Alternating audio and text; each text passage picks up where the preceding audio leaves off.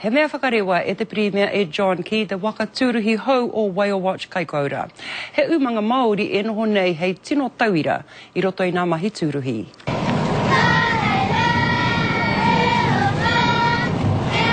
Atu I ngā tamariki o Tāmaki Nui a Rua, kei te ngahau hoki te Premier I te angi tū o tēnei umanga mātaki tohora.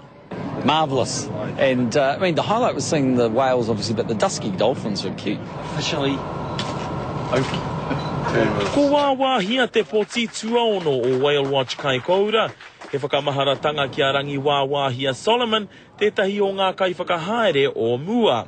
He tauira hoki a wāwāhia o te nui haere o te kamupene nei, I te tau 2005, I toro o na ringa ki ahi te reiria, a I nāia nei, e whā te kau o rau o ngā mahi mātaki tohora o Piripane, nōna. We're probably the premium, well, I say definitely the premium whale watching company in Australia now. Oh, yeah, very, very proud. Very, very proud of the company as a whole.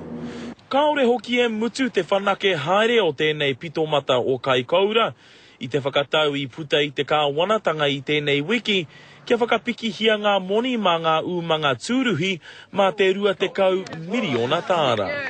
Well, it'll make a big difference because 15 million of it's going to Tourism New Zealand, and the aim behind that is for them to be able to lift their profile and advertise in some of the markets where we know there's a big appetite, but we really need to reignite that. Tourism is the key industry for our town. So lots of businesses, they benefit directly or indirectly from tourism. So it's huge. John's a nice name for a whale. Me ngahau me mene hoki te Premier I a Whale Watch Kaikoura ka tika. I nā hoki a tērā wiki, ka rere o na kaiwhakahaere ki rānana mō ngā tohu a Virgin Holidays. Ko te whakapai I tēnei wā, ka riro I a rātau te tohu toa. Ki Ingi Kiriona, te karere.